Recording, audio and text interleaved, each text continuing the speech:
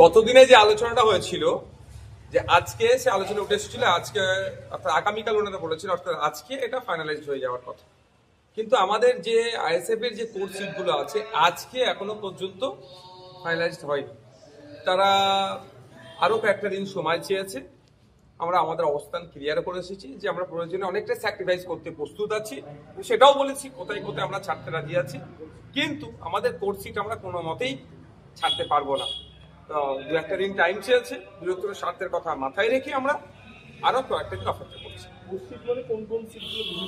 দেখুন, সেগুলো যখন আমরা পাবলিক ডোমেইনে নিয়ে আসছি না, আমরা টোটাল এই জোটের অবস্থানটা একটা দিন তো ফাইনালাইজ হবে। সেই সময় আমরা কতটা চেয়েছিলাম, আমাদের কোন কোর্সগুলো চেয়েছিলাম, কি হয়েছিল, সে বিস্তারিত না, ওই সংখ্যা এখন আমরা বলবো। একটা বিষয়, যখন বিজেপি তৃণমূল তারা প্রায় প্রার্থী তালিকা প্রায় চূড়ান্ত করে ফেলেছে, সেখানে এখনো বামেদের সঙ্গে আপনাদের এখনো জোটটা নিয়ে এখনো জটিলতা। আমরা তো এসে গেল, হ্যাঁ আমরা চাইছি স্পিড আপ হোক, কিন্তু আলোচনা তো থাকবেই। আমাদের পার্টির মধ্যেও যেমন আলোচনা আছে, গণতন্ত্র পরিবেশ আছে, বামেদের মধ্যেও সেটা আছে, সেটা তারা বারবার বোঝাচ্ছেন। আমরা কিন্তু এটা বারবার বোঝানোর চেষ্টা করছি যে এটা স্পিড আপ হোক। তবে বৃহত্তর স্বার্থের কথা মাথায় রেখে বিজেপি তৃণমূল তো আলাদা নয়, তারা ভাগ করে নেওয়ার চেষ্টা করছে। ঠিক যেভাবে 2021-এ এনআরসিসি এর ভয় দেখিয়ে পার করেছে, এবার এসআইআর এর ভয় দেখিয়ে পার করার চেষ্টা করবে।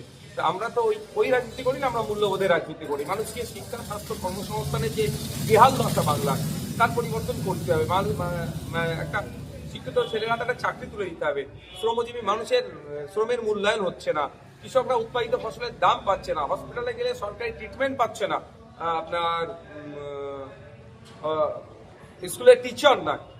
এই যে অব্যবস্থা চলছে, এই অব্যবস্থার পরিবর্তন করার জন্য স্যাক্রিফাইস করছে। আরেকটা বিষয়, যে মানে সমস্যাটা কোথায়, মানে সিপিএমকে নিয়ে নাকি শরীরকে নিয়ে? না, ওটা পার্টিকুলার ব্যাপার না। আমি বামেদের সাথে তো আমরা জোট করতে এসেছি, বামেদের সাথে কি আলোচনা হচ্ছে সেটা বলছে। বামেদের সাথে যে আলোচনা দাঁড়িয়েছে সেটা হচ্ছে আমাদের কয়েকটি কোর্স, আমাদের যে কোর্স সিটগুলো আছে সেগুলো নিয়ে এখনো ফাইনালাইজ হয়নি। বাকি সিটগুলোর অনেক একটা অংশ ফাইনালাইজ হয়ে গেছে, বাকি যেটা আছে সেটার জন্য আমরা অপেক্ষা আছি। সেই সংখ্যাটা এখনো বলছি, কবের মধ্যে মোটামুটি আশা করতে? ওনারা একটা দুটো দিন টাইম চেয়েছে, আর কয়েকটি দিন টাইম চেয়েছে, হলেই হয়ে যাবে।